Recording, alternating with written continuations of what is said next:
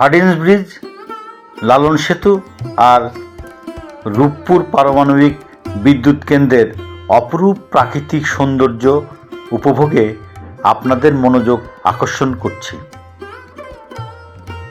আমার দীর্ঘদিনের মনোবাসনা আপনাদের এই 3 মহাযজ্ঞের নয়নাভিরাম দৃশ্য ও জাতীয় গুরুত্ব শেয়ার করি। 2025 সালে এই সুযোগটি ঘটেছে। চলুন উপভোগ করি 3 কন্যার এক ছবি, রূপপুর পারমাণবিক বিদ্যুৎ, হার্ডিঞ্জ ব্রিজ আর লালন সেতু।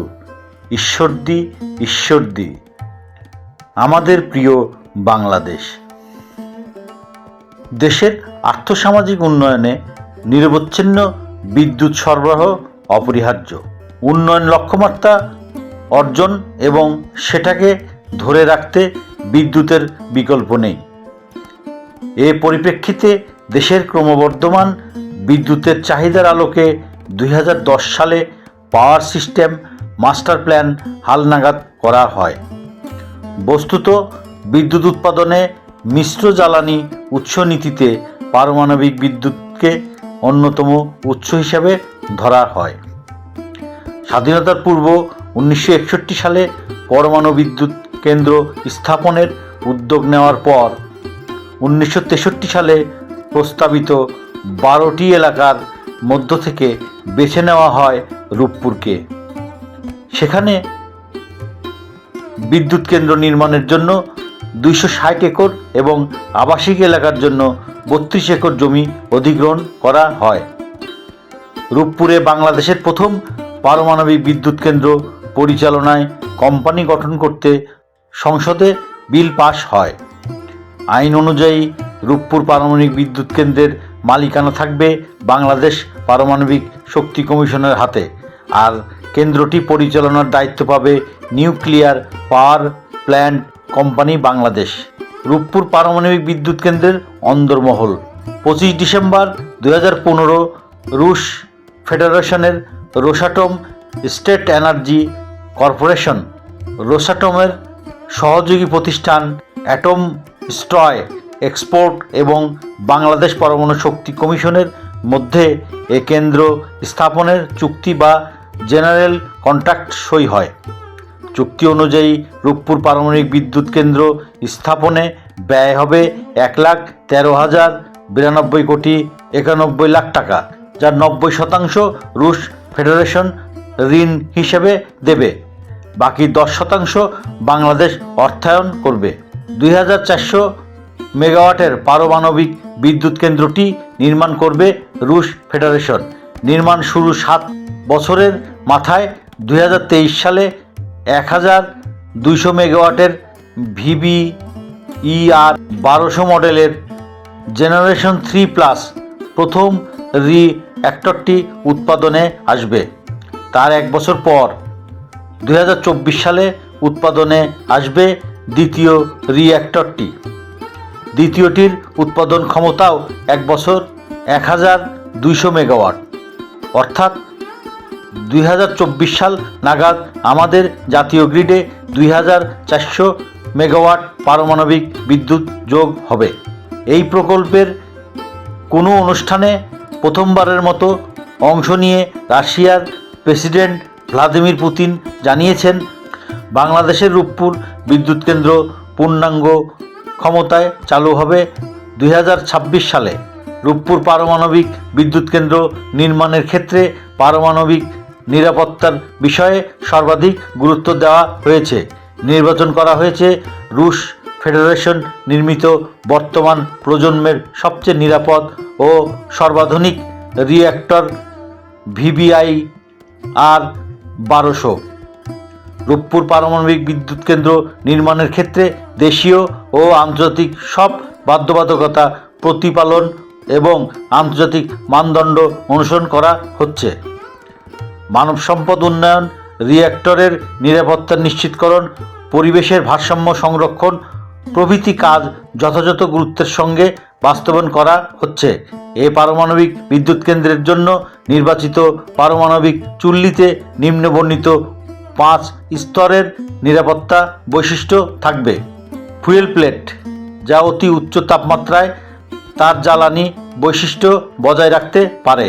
ফুয়েল ক্ল্যাডিং, তেজস্ক্রিয়া ধরে রাখতে সহযোগিতা করে। রিঅ্যাক্টর প্রেসার ভেসেল, উচ্চ তেজস্ক্রিয় অবস্থাতেও দীর্ঘস্থায়ী হয়। প্রথম কন্টেইনমেন্ট বিল্ডিং, ভারী ধাতব বা রিইনফোর্সমেন্ট কনক্রিট দিয়ে 1.2 মিটার পুরুত্বের প্রথম কন্টেইনমেন্ট বিল্ডিং তৈরি করা হয়, যা প্রথমত ফিশন বিক্রিয়ার ফলে উৎপন্ন তেজস্ক্রিয়তা পরিবেশে ছড়িয়ে পড়া থেকে বিরত রাখে এবং দ্বিতীয়ত বাইরের বিভিন্ন প্রাকৃতিক দুর্যোগ, বিমান দুর্ঘটনা ইত্যাদি থেকে প্ল্যানকে রক্ষা করে। দ্বিতীয় কন্টেইনমেন্ট বিল্ডিং, নিরাপত্তা ব্যবস্থা অধিকতর জোরদার করার জন্য নিউক্লিয়ার পাওয়ার প্ল্যান্টে প্রথম কন্টেইনমেন্ট বিল্ডিংয়ের পর 0.8 মিটার পুরুত্বের আরও একটি কন্টেইনমেন্ট বিল্ডিং যুক্ত করা হয়, যা যে কোনো পরিস্থিতিতে তেজস্ক্রিয়তাকে পরিবেশে ছড়িয়ে পড়া থেকে বিরত রাখে। উপর্যুক্ত 5 স্তরের নিরাপত্তা বৈশিষ্ট্যের কারণে মনুষ্যসৃষ্ট ঘটনা ও দুর্ঘটনা বা প্রাকৃতিক বিপর্যয় যেমন শক্তিশালী ঘূর্ণিঝড়, ভূমিকম্প, বন্যা ইত্যাদির প্রভাব মোকাবেলায় সক্ষম থাকবে রূপপুর পারমাণবিক বিদ্যুৎ কেন্দ্র।